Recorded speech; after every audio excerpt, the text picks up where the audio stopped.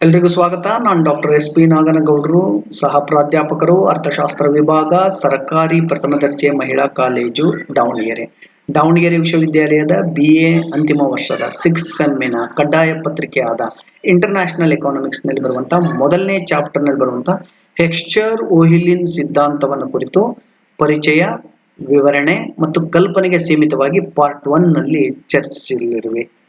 Part 2 ದಲ್ಲಿ ಸಿದ್ಧಾಂತದ ನಿರೂಪಣೆ, ಚಿತ್ರ ವಿವರಣೆ ಇತ್ಯಾದಿಯನ್ನ ಪರಿಗಣಿಸಲಿರುವೆ. ಇದನ್ನ ಹೆಕ್ಸ್ಚರ್-ಓಹಿಲಿನ್ ಸಿದ್ಧಾಂತ ಅಥವಾ ಅಂತಾರಾಷ್ಟ್ರೀಯ ವ್ಯಾಪಾರದ ಆಧುನಿಕ ಸಿದ್ಧಾಂತ ಎಂದು ಕರೆಯಲಾಗಿದೆ. ಡೇವಿಡ್ ರಿಕಾರ್ಡೋ ಮಂಡಿಸಿದ ಸಾಪೇಕ್ಷ ವೆಚ್ಚ ಸಿದ್ಧಾಂತದಲ್ಲಿ ಹಲವು ದೋಷಗಳಿವೆ. ಈ ದೋಷಗಳನ್ನ ಸರಿಪಡಿಸುತ್ತಾ ಹೊಸದೊಂದು ಅಂತಾರಾಷ್ಟ್ರೀಯ ಸಿದ್ಧಾಂತವನ್ನ ಪ್ರತಿಪಾದಿಸಲಾಯಿತು. ಅದನ್ನೇ ಹೆಕ್ಸ್ಚರ್-ಓಹಿಲಿನ್ ಸಿದ್ಧಾಂತ ಎಂದು ಕರೆಯಲಾಗಿದೆ. ಹಾಗಾದರೆ ಹೆಕ್ಸ್ಚರ್ ಯಾರು, ಓಹಿಲಿನ್ ಯಾರು, ಸಾಪೇಕ್ಷ ವೆಚ್ಚ ಸಿದ್ಧಾಂತದ ಯಾವ ನ್ಯೂನತೆಗಳನ್ನು ಅವರು ಹೆಸರಿಸಿದ್ರು, ಸಾಪೇಕ್ಷ ವೆಚ್ಚ ಸಿದ್ಧಾಂತದ ಯಾವ ದೋಷಗಳನ್ನು ಅವರು ಸರಿಪಡಿಸಿದ್ರು ಮತ್ತು ಹೆಕ್ಸ್ಚರ್-ಓಹಿಲಿನ್ ಸಿದ್ಧಾಂತದ ಪ್ರಮುಖ ತಿರುಳೇನು, ಇಷ್ಟನ್ನ ಈ ವಿಡಿಯೋದಲ್ಲಿ ಚರ್ಚೆ ಮಾಡೋಣ. ಪ್ರೊಫೆಸರ್ ಎಲಿಸ್ ಹೆಕ್ಸ್ಚರ್ ಸ್ವೀಡನ್ನಿನ ಖ್ಯಾತ ಪ್ರಾಧ್ಯಾಪಕರು. ಸ್ವೀಡನ್ನಿನ 20ನೇ ಶತಮಾನದ ಆರಂಭದಲ್ಲಿ ಅತ್ಯಂತ ಪ್ರಭಾವಶಾಲಿಯಾದ ಸ್ಟಾಕ್ಹೋಮ್ ಸ್ಕೂಲ್ ಆಫ್ ಎಕಾನಮಿಕ್ಸಿನ ಬಹುದೊಡ್ಡ ಹೆಸರಾಂತ ಪ್ರಾಧ್ಯಾಪಕರು. ಎಲಿಸ್ ಹೆಕ್ಸ್ಚರ್ 1919ರಲ್ಲಿ the effects of foreign trade on the distribution of income, ಆದಾಯ ವಿತರಣೆಯ ಮೇಲೆ ವಿದೇಶಿ ವ್ಯಾಪಾರದ ಪರಿಣಾಮ ಎಂಬ ಲೇಖನವನ್ನ ಪ್ರಕಟಿಸಿದರು. ಈ ಲೇಖನದ ಪ್ರಕಟಣೆಯೊಂದಿಗೆ ಹೊಸದೊಂದು ಅಂತಾರಾಷ್ಟ್ರೀಯ ವ್ಯಾಪಾರ ಸಿದ್ಧಾಂತ ಜನ್ಮ ತಾಳಿತು. ಇದೇ ಹೆಕ್ಸ್ಚರ್-ಓಹಿಲಿನ್ ಸಿದ್ಧಾಂತ. ಹೆಕ್ಸ್ಚರ್ ರವರ ಶಿಷ್ಯರಾದ ಬರ್ಟಿಲ್ ಓಹಿಲಿನ್ ಮತ್ತೋರ್ವ ಸ್ವೀಡನ್ನಿನ ಪ್ರಖ್ಯಾತ ಸ್ಟಾಕ್ಹೋಮ್ ಸ್ಕೂಲ್ ಆಫ್ ಎಕಾನಮಿಕ್ಸಿನ ಬಹುದೊಡ್ಡ ಆರ್ಥಿಕ ತಜ್ಞರು. ತನ್ನ ಗುರುವಿನ ಧಾಟಿಯಲ್ಲಿಯೇ 1933ರಲ್ಲಿ ಗುರುವಿನ ಮಾರ್ಗದರ್ಶನದಲ್ಲಿಯೇ inter regional and international trade ಎಂಬ ಗ್ರಂಥವನ್ನ ಬರ್ಟಿಲ್ ಓಹಿಲಿನ್ ರವರು ಮಂಡಿಸಿದರು. ಇವರಿಬ್ಬರ ವಾದದಲ್ಲಿ ಸಾಮ್ಯತೆ ಇದೆ. ಸಾಮ್ಯತೆ ಇರುವ ಇವರಿಬ್ಬರ ವಾದವನ್ನೇ ಹೆಕ್ಸ್ಚರ್-ಓಹಿಲಿನ್ ಸಿದ್ಧಾಂತ ಎಂದು ಗುರುತಿಸಲಾಗಿದೆ. ಇದನ್ನೇ ಅಂತಾರಾಷ್ಟ್ರೀಯ ವ್ಯಾಪಾರದ ಆಧುನಿಕ ಸಿದ್ಧಾಂತ ಎಂದು ಬಗೆಯಲಾಗಿದೆ. ಹಾಗಾದ್ರೆ ಸಾಪೇಕ್ಷ ವೆಚ್ಚ ಸಿದ್ಧಾಂತ ಯಾವ ದೋಷಗಳನ್ನ ಇವರು ಪ್ರಮುಖವಾಗಿ ಹೆಸರಿಸಿದ್ರು ಅಂತ ನೋಡೋಣ. ಡೇವಿಡ್ ರಿಕಾರ್ಡೋ ಮಂಡಿಸಿದ ಸಾಪೇಕ್ಷ ವೆಚ್ಚ ಸಿದ್ಧಾಂತದಲ್ಲಿ ಡೇವಿಡ್ ರಿಕಾರ್ಡೋನ ಪ್ರಕಾರ ಆಂತರಿಕ ವ್ಯಾಪಾರಕ್ಕೂ ಮತ್ತು ಅಂತಾರಾಷ್ಟ್ರೀಯ ವ್ಯಾಪಾರಕ್ಕೂ ಮೂಲಭೂತ ವ್ಯತ್ಯಾಸಗಳಿವೆ. ಆದ ಕಾರಣ ಅಂತಾರಾಷ್ಟ್ರೀಯ ವ್ಯಾಪಾರಕ್ಕೆ ವಿಶೇಷ ಸಿದ್ಧಾಂತವನ್ನು ರಚಿಸಿರುವೆ ಎಂದು ಡೇವಿಡ್ ರಿಕಾರ್ಡೋ ಹೇಳಿದರು. ಈ ವಾದವನ್ನ ಎಲಿಸ್ ಹೆಕ್ಸ್ಚರ್ ಆಗಲಿ ಬರ್ಟಿಲ್ ಓಹಿಲಿನ್ ರಾಗಲಿ ಒಪ್ಪಲಿಲ್ಲ. ಹೆಕ್ಸ್ಚರ್ ಮತ್ತು ಓಹಿಲಿನ್ನರ ಪ್ರಕಾರ ಆಂತರಿಕ ವ್ಯಾಪಾರಕ್ಕೂ ಮತ್ತು ಅಂತಾರಾಷ್ಟ್ರೀಯ ವ್ಯಾಪಾರಕ್ಕೂ ಯಾವುದೇ ವ್ಯತ್ಯಾಸಗಳು ಇಲ್ಲವೇ ಇಲ್ಲ. ಆಂತರಿಕ ವ್ಯಾಪಾರಕ್ಕೆ ಯಾವ ಸಿದ್ಧಾಂತವನ್ನ ಹೆಣೆದಿರುವಿರೋ ಅದನ್ನೇ ಅಂತಾರಾಷ್ಟ್ರೀಯ ವ್ಯಾಪಾರಕ್ಕೂ ಮಂಡಿಸಬಹುದೆಂದು ಹೆಕ್ಸ್ಚರ್ ಮತ್ತು ಓಹಿಲಿನ್ ವಾದಿಸಿದರು. ರಿಕಾರ್ಡೋ ಪ್ರಕಾರ ಸಾಪೇಕ್ಷ ವೆಚ್ಚದ ಸಿದ್ಧಾಂತದ ಪ್ರಕಾರ ಸಾಪೇಕ್ಷ ವೆಚ್ಚದಲ್ಲಿನ ವ್ಯತ್ಯಾಸವೇ ಅಂತಾರಾಷ್ಟ್ರೀಯ ವ್ಯಾಪಾರಕ್ಕೆ ಕಾರಣ ಎಂದು ವಾದಿಸಲಾಗಿತ್ತು. ಎಲಿಸ್ ಹೆಕ್ಸ್ಚರ್ ಮತ್ತು ಬರ್ಟಿಲ್ ಓಹಿಲಿನ್ ಮತ್ತೊಂದು ಪ್ರಮುಖ ಪ್ರಶ್ನೆಯನ್ನ ಎತ್ತಿದರು. ಸಾಪೇಕ್ಷ ವೆಚ್ಚದಲ್ಲಿನ ವ್ಯತ್ಯಾಸಗಳು ಏಕೆ ಕಾಣಿಸಿಕೊಳ್ಳುತ್ತಿವೆ ಎನ್ನುವ ಪ್ರಮುಖ ಪ್ರಶ್ನೆಯನ್ನ ಎತ್ತಿದರು. ಈ ಪ್ರಶ್ನೆಗೆ ರಿಕಾರ್ಡೋರ ಸಾಪೇಕ್ಷ ವೆಚ್ಚ ಸಿದ್ಧಾಂತ ಉತ್ತರಿಸಲಿಲ್ಲ. ಈ ನಿಟ್ಟಿನಲ್ಲಿ ಬರ್ಟಿಲ್ ಓಹಿಲಿನ್ ಪ್ರಯತ್ನಿಸಿದ್ದಾರೆ. ಇದರ ಫಲಿತಾಂಶವೇ ಹೆಕ್ಸ್ಚರ್-ಓಹಿಲಿನ್ ಸಿದ್ಧಾಂತ. ಹೆಕ್ಸ್ಚರ್ ಮತ್ತು ಓಹಿಲಿನ್ನರ ಪ್ರಕಾರ, ಅದರಲ್ಲೂ ವಿಶೇಷವಾಗಿ ಬರ್ಟಿಲ್ ಓಹಿಲಿನ್ ಅವರು ಬಲವಾಗಿ ನಂಬಿದ ವಾದ ಏನೆಂದರೆ international trade is but a special case of interlocal or inter regional trade. Bertil ಒಹಿಲಿನರ ಪ್ರಕಾರ ಅಂತಾರಾಷ್ಟ್ರೀಯ ವ್ಯಾಪಾರವು ಕೇವಲ ಪ್ರಾದೇಶಿಕ ವ್ಯಾಪಾರದ ಒಂದು ವಿಶೇಷ ಪ್ರಕಾರವಾಗಿದೆ. ಸಾಮಾನ್ಯವಾಗಿ ಈ ಪ್ರಶ್ನೆಯನ್ನು ಕೇಳ್ತಾನೆ, ಎಲ್ಲ ವಿಶ್ವವಿದ್ಯಾಲಯಗಳಲ್ಲೂ ಈ ಪ್ರಶ್ನೆ ಕಂಡು ಬರ್ತದೆ. International trade is but a special case of inter local or inter regional trade. Examine. ಅಂತಾರಾಷ್ಟ್ರೀಯ ವ್ಯಾಪಾರವು ಕೇವಲ ಪ್ರಾದೇಶಿಕ ವ್ಯಾಪಾರದ ಒಂದು ವಿಶೇಷ ಪ್ರಕಾರವಾಗಿದೆ. ವಿಮರ್ಶಿಸಿ. ಇಷ್ಟೇ ಕೇಳ್ತಾರೆ. ಈ ವಾಕ್ಯವನ್ನ, ಈ ಪ್ರಖ್ಯಾತ ವಾಕ್ಯವನ್ನ ನೀಡಿದವರು ಬರ್ಟಿಲ್ ಒಹಿಲಿನ್ ರವರು. ಇದೇ ಹೆಕ್ಸ್ಚರ್ ಒಹಿಲಿನ್ ಸಿದ್ಧಾಂತದ ಪ್ರಮುಖ ಸಂದೇಶ. ಆಂತರಿಕ ವ್ಯಾಪಾರಕ್ಕೂ ಅಂತಾರಾಷ್ಟ್ರೀಯ ವ್ಯಾಪಾರಕ್ಕೂ ಯಾವುದೇ ವ್ಯತ್ಯಾಸಗಳಿಲ್ಲ. ಆಂತರಿಕ ವ್ಯಾಪಾರದ ಒಂದು ವಿಶೇಷ ಭಾಗವೇ ಅಂತಾರಾಷ್ಟ್ರೀಯ ವ್ಯಾಪಾರ ಎಂದು ಒಹಿಲಿನ್ ಬಲವಾಗಿ ಪ್ರತಿಪಾದಿಸಿದರು. ಹಾಗಾದ್ರೆ ಇವರು ಸಿದ್ಧಾಂತದಲ್ಲಿ ಮತ್ತೇನು ಹೇಳಿದ್ರು ಅಂತ ನೋಡ್ತಾ ಹೋಗೋಣ. ಹೆಕ್ಸ್ಚರ್ ಒಹಿಲಿನ್ ಸಿದ್ಧಾಂತವನ್ನ ಸಾಮಾನ್ಯ ಸಮತೋಲನ ಸಿದ್ಧಾಂತದ ಮೇಲೆ ರಚಿಸಲಾಗಿದೆ. ಏನಿದು ಸಾಮಾನ್ಯ ಸಮತೋಲನ ಸಿದ್ಧಾಂತ ಅನ್ನೋದನ್ನ ಮೊದಲು ನೋಡೋಣ. ಸಾಮಾನ್ಯ ಸಮತೋಲನ ಸಿದ್ಧಾಂತವನ್ನ ಕೆಲವು ಪುಸ್ತಕಗಳಲ್ಲಿ ಇದನ್ನ ಸಾರ್ವತ್ರಿಕ ಮೌಲ್ಯ ಸಿದ್ಧಾಂತಕ್ಕೆ ಜೋಡಿಸಿ ಬರೆಯಲಾಗಿದೆ. ಹಾಗಾದ್ರೆ ಏನಿದು? ಪ್ಯಾರಿಟೋ, ಇಟಾಲಿಯ ಪ್ಯಾರಿಟೋ, ಗುಸ್ಟೇವ ಕ್ಯಾಶಲ್, ಆಸ್ಟ್ರಿಯಾದ ಆರ್ಥಿಕ ತಜ್ಞರು ಪ್ರಸ್ತುತಪಡಿಸಿದ ಸಾಮಾನ್ಯ ಸಮತೋಲನ ಸಿದ್ಧಾಂತ ಒಂದು ಸಾರ್ವತ್ರಿಕ ಸಿದ್ಧಾಂತ. ಒಂದು ವಸ್ತುವಿನ ಬೆಲೆ ಬೇಡಿಕೆ ಮತ್ತು ಪೂರೈಕೆ ಎರಡರಿಂದ ಬೇಡಿಕೆ ಮತ್ತು ಪೂರೈಕೆ ಸಮಗ್ರವಾಗಿ ನಿರ್ಧರಿಸಲ್ಪಡುತ್ತದೆ ಎಂದು ಸಾಮಾನ್ಯ ಸಿದ್ಧಾಂತ ವಿವರಿಸಿದೆ. ಈ ಸಾಮಾನ್ಯ ಸಿದ್ಧಾಂತದ ಸಮಗ್ರ ವಿವರಣೆಯ ಆಧಾರದ ಮೇಲೆ ಹೆಕ್ಸ್ಚರ್ ಒಹಿಲಿನ್ ವ್ಯಾಪಾರ ವಿನಿಮಯವನ್ನ ಪರಿಗಣಿಸಿದ್ದಾರೆ. ಹೆಕ್ಸ್ಚರ್ ಒಹಿಲಿನ್ ಸಿದ್ಧಾಂತವನ್ನ ಸಂಪನ್ಮೂಲಗಳ ಸಮೃದ್ಧತೆಯ ತತ್ವ, ಫ್ಯಾಕ್ಟರ್ ಎಂಡೋಮೆಂಟ್ ಥಿಯರಿ ಎಂದು ಕರೆಯಲಾಗಿದೆ. ಹೌದು, ಸಾಪೇಕ್ಷ ವೆಚ್ಚದಲ್ಲಿನ ವ್ಯತ್ಯಾಸಗಳೇ ಅಂತಾರಾಷ್ಟ್ರೀಯ ವ್ಯಾಪಾರಕ್ಕೆ ಕಾರಣ ಎಂದು ಬಗೆದ ರಿಕಾರ್ಡೋ ಸಿದ್ಧಾಂತವನ್ನ ಅಲ್ಲಗಳೆದರು. ಸಾಪೇಕ್ಷ ವೆಚ್ಚ ಇರಬಹುದು, ಸಾಪೇಕ್ಷ ವೆಚ್ಚದ ವ್ಯತ್ಯಾಸಕ್ಕೆ ಕಾರಣವೇನು ಎಂದು ಉತ್ತರವನ್ನ ಹುಡುಕಿದರು. ಸಾಪೇಕ್ಷ ವೆಚ್ಚದಲ್ಲಿನ ವ್ಯತ್ಯಾಸಕ್ಕೆ ಸಂಪನ್ಮೂಲಗಳ ಲಭ್ಯತೆಯೇ ಕಾರಣ ಎಂದು ಹೆಕ್ಸ್ಚರ್ ಒಹಿಲಿನ್ ವಾದಿಸಿದರು. ಯಾವ ದೇಶದಲ್ಲಿ ಯಾವುದು ಸಮೃದ್ಧವಾಗಿ ದೊರೆಯುತ್ತದೋ ಆ ಉತ್ಪಾದನಾಂಗ, ಆ ಸಂಪನ್ಮೂಲ ಸಮೃದ್ಧತೆಯೇ ವಿದೇಶಿ ವ್ಯಾಪಾರದ ಕಾರಣವಾಗಬಹುದಾದ ಸಾಪೇಕ್ಷ ವೆಚ್ಚದಲ್ಲಿನ ವ್ಯತ್ಯಾಸಕ್ಕೆ ಕಾರಣ ಎಂದು ವಿವರಿಸಿದರು. ಉತ್ಪಾದನಾಂಗಗಳ ಲಭ್ಯತೆಯಲ್ಲಿನ ವ್ಯತ್ಯಾಸಗಳು ವೆಚ್ಚದ ವ್ಯತ್ಯಾಸಕ್ಕೆ ಕಾರಣವಾಗುತ್ತವೆ ಎಂದು ಬಲವಾಗಿ ಹೆಕ್ಸ್ಚರ್ ಮತ್ತು ಒಹಿಲಿನ್ ನಂಬಿದ್ದಾರೆ. ಉತ್ಪಾದನಾಂಗಗಳಲ್ಲಿನ ವಿತರಣೆಯ ವ್ಯತ್ಯಾಸ, ಅವುಗಳ ಅಸಮ ಹಂಚಿಕೆ ಆ ದೇಶದ ಬೆಲೆಯಲ್ಲಿ ವ್ಯತ್ಯಾಸಗಳನ್ನುಂಟು ಮಾಡುತ್ತದೆ ಎಂದು ವಾದಿಸಿದರು. ಇದನ್ನು ಇನ್ನೊಂದು ಸ್ವಲ್ಪ ಬಿಡಿಸಿ ಹೇಳ್ತೀನಿ ನೋಡಿ.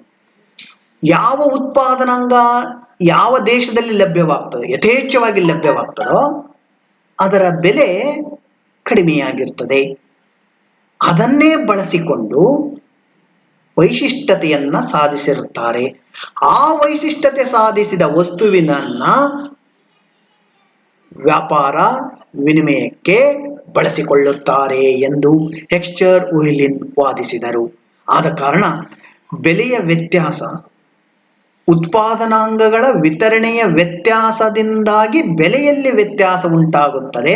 ಆ ಬೆಲೆಯ ವ್ಯತ್ಯಾಸವೇ ಅಂದ್ರೆ ರಿಕಾರ್ಡೋ ವಾದವನ್ನ ತರ್ತಾ ಇದ್ದಾರೆ, ಅಂತಾರಾಷ್ಟ್ರೀಯ ವ್ಯಾಪಾರಕ್ಕೆ ಕಾರಣ ಮತ್ತು ಪರಿಣಾಮ ಎಂದು ಹೆಕ್ಸ್ಚರ್ ಒಹಿಲಿನ್ ಬಗೆದರು. ಈ ವ್ಯತ್ಯಾಸಗಳು ದೇಶಗಳ ನಡುವಿನ ಸಾಪೇಕ್ಷ ವೆಚ್ಚಗಳ ನಡುವೆ ವ್ಯತ್ಯಾಸದ ಉಗಮಕ್ಕೆ ಪ್ರೇರಣೆಯಾಗಿ ಅಂತಾರಾಷ್ಟ್ರೀಯ ವ್ಯಾಪಾರದ ಸಂಬಂಧಕ್ಕೆ ಕಾರಣವಾಗುತ್ತದೆ ಎಂದು ವಿವರಿಸಿದರು. ನಂತರ ಆಮದು ಮತ್ತು ರಫ್ತುಗಳ ವಿನಿಮಯ ದರವನ್ನು ನಿರ್ಧರಿಸುತ್ತದೆ ಎಂದು ರಿಕಾರ್ಡೋಗಿಂತ ಒಂದು ಹೆಜ್ಜೆ ಮುಂದೋಗಿ ವಿವರಿಸಿದರು. ಇದನ್ನು ಇನ್ನೊಂದು ಸ್ವಲ್ಪ ಉದಾಹರಣೆ ಸಹಿತ ವಿವರಿಸ್ತೀನಿ ನೋಡಿ.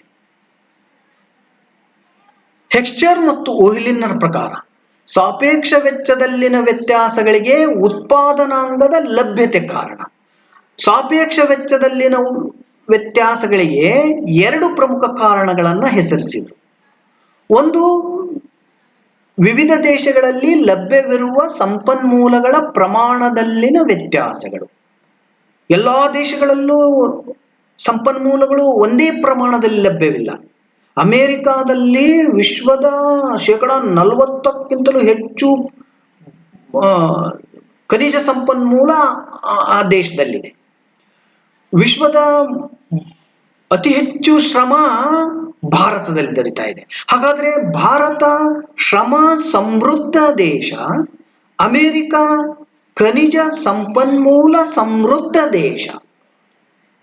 ಈ ವ್ಯತ್ಯಾಸಗಳೇನಿದಾವಲ್ಲ, ಸಂಪನ್ಮೂಲ ಪ್ರಮಾಣದಲ್ಲಿ ವ್ಯತ್ಯಾಸ, ಅದು ಸಾಪೇಕ್ಷ ವೆಚ್ಚದಲ್ಲಿನ ವ್ಯತ್ಯಾಸಕ್ಕೆ ಕಾರಣ.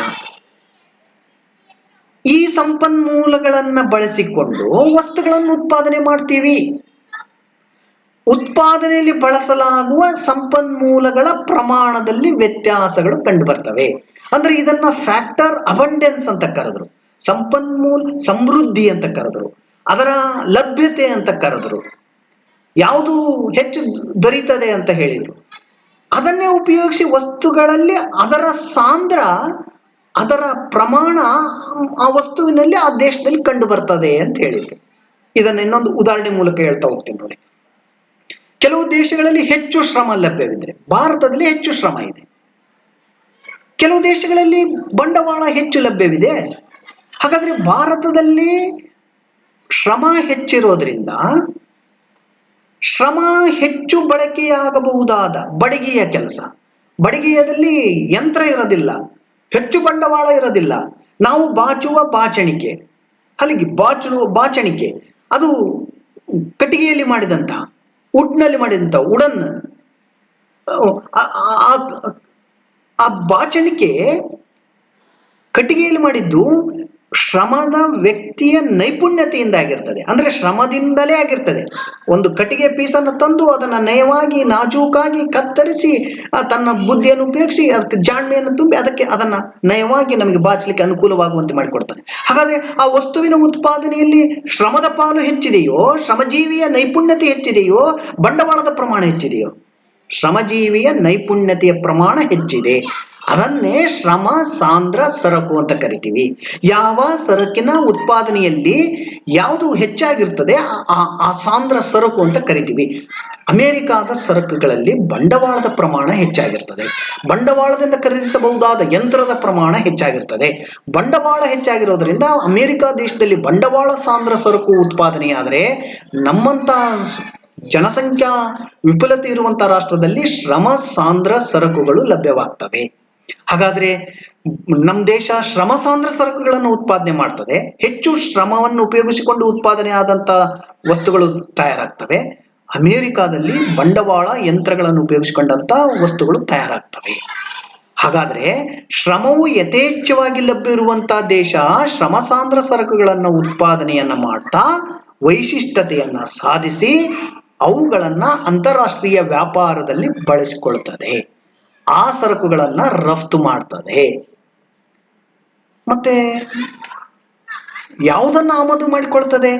ಯಾವುದು ತನ್ನಲ್ಲಿಲ್ಲ, ಯಾವ ಸಂಪನ್ಮೂಲ ತನ್ನಲ್ಲಿಲ್ಲ, ಯಾವುದು ಕೊರತೆಯಲ್ಲಿದೆ, ಅದನ್ನ ಮತ್ತೊಂದು ದೇಶದಿಂದ ಆಮದು ಮಾಡಿಕೊಳ್ತದೆ. ಬಂಡವಾಳ ಯಥೇಚ್ಛವಾಗಿ ಲಭ್ಯವಿರುವಂತಹ ಬಂಡವಾಳ ಸಾಂದ್ರ ಸರಕುಗಳ ಉತ್ಪಾದನೆಯಲ್ಲಿ ವೈಶಿಷ್ಟ್ಯತೆ ಸಾಧಿಸಿ ಅವುಗಳನ್ನ ಅಮೆರಿಕ ದೇಶ ರಫ್ತು ಮಾಡ್ತದೆ. ಆಗ ಶ್ರಮ ಸಾಂದ್ರ ಸರಕುಗಳನ್ನು ಅವರು ಆಮದು ಮಾಡಿಕೊಳ್ತಾರೆ. ಇದು ಈ ಸಿದ್ಧಾಂತದ ಬಹುಮುಖ್ಯವಾದಂತಹ ತಿರುಳು. ಅದಕ್ಕೆ ಇದನ್ನ 2x2x2 ಮಾಡೆಲ್, 2x2x2 ಮಾದರಿ ಅಂತ ಕರಿತೀವಿ. ಅವರು ಎರಡು ದೇಶಗಳನ್ನ ಹೆಸರಿಸಿದ್ರು. ಆಗ್ಲೇ ನಾವು ಉದಾಹರಣೆ ಹೇಳಿದಾಗ ಭಾರತ ಮತ್ತು ಅಮೆರಿಕ ಎರಡು ಸರಕುಗಳನ್ನ ತಗೊಂಡ್ರು. ಒಂದು ನಾನು ಬಾಚಣಿಕೆ ಹೇಳಿದೆ ಅಲ್ಲಿ, ಮತ್ತು ಅಮೆರಿಕದಲ್ಲಿ ಯಂತ್ರದ ವಸ್ತು ಹೇಳಿದೆ. ಎರಡು ಸರಕುಗಳನ್ನ, ಎರಡು ಉತ್ಪಾದನಾಂಗಗಳನ್ನ ತಗೊಂಡ್ರು. ಒಂದು ಬಂಡವಾಳವನ್ನ ತಗೊಂಡ್ರು, ಒಂದು ಶ್ರಮವನ್ನ ತಗೊಂಡ್ರು. ಅದಕ್ಕೆ ಇದನ್ನ 2x2x2 ಮಾದರಿ ಅಂತ ಕರಿತೀವಿ. ಹೆಕ್ಸ್ಚರ್ ಓಹಿಲಿನ್ ಸಿದ್ಧಾಂತ ಹಲವು ಕಲ್ಪನೆಗಳ ಆಧಾರದ ಮೇಲೆ ರಚನೆಯಾಗಿದೆ. ಓಹಿಲಿನ್ ರವರು ಪ್ರಮುಖವಾಗಿ ಈಗಾಗಲೇ ಹೇಳಿದ ಹಾಗೆ 2x2 ಮಾದರಿಯಾಗಿರೋದ್ರಿಂದ ಸಿದ್ಧಾಂತದ ಸರಳೀಕರಣಕ್ಕಾಗಿ, ಸಿಂಪ್ಲಿಫೈ ಮಾಡಲಿಕ್ಕೆ, ಎರಡು ದೇಶ, ಎರಡು ಸರಕು, ಎರಡು ಉತ್ಪಾದನಾಂಗಗಳನ್ನು ಮಾತ್ರ ಪರಿಗಣಿಸಿದ್ದಾರೆ.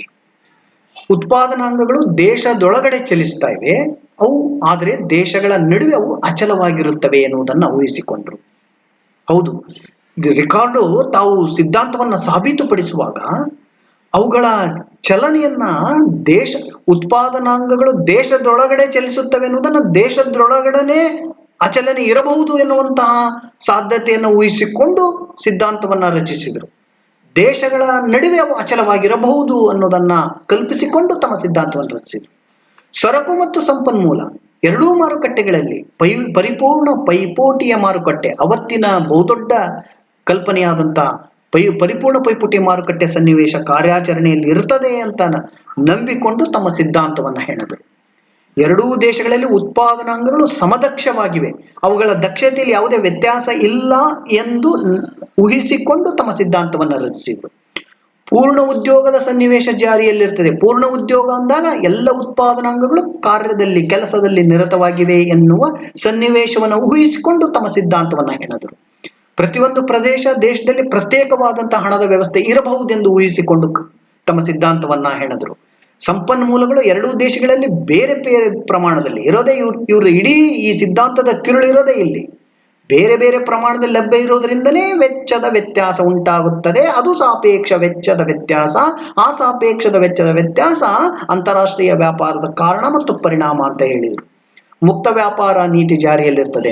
ಮೊದಲು ಸಾರಿಗೆ ವೆಚ್ಚವನ್ನು ಪರಿಗಣಿಸಲಿಲ್ಲ, ನಂತರ ಅದನ್ನು ಪರಿಷ್ಕರಿಸಿ ಪರಿಗಣಿಸಲಾಗಿದೆ.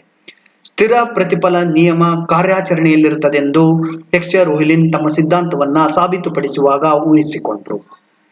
ಅದರಂತೆ ತಂತ್ರಜ್ಞಾನದಲ್ಲಿ ಯಾವುದೇ ಬದಲಾವಣೆ ಆಗದಿದ್ದರೆ ಈ ನಿಯಮ ಸರಿ ಎಂದು ಸಾಬೀತಾಗುತ್ತದೆ ಎನ್ನುವ ವಾದವನ್ನ ಮಂಡಿಸಿದರು. ಇದು ಸಿದ್ಧಾಂತದ ಪರಿಚಯ ಮತ್ತು ಬಹುಮುಖ್ಯವಾದಂಥ ಅದರ ತಿರುಳು. ಇನ್ನು ಮುಂದಿನ ವಿಡಿಯೋದಲ್ಲಿ ಸಿದ್ಧಾಂತಕ್ಕೆ ಸಂಬಂಧಪಟ್ಟಂತ ನಿರೂಪಣೆ, ಚಿತ್ರ ವಿವರಣೆಯನ್ನ ಮುಂದಿನ ವಿಡಿಯೋದಲ್ಲಿ ಮಾಡ್ತೀನಿ. ಎಲ್ಲರಿಗೂ ಧನ್ಯವಾದ.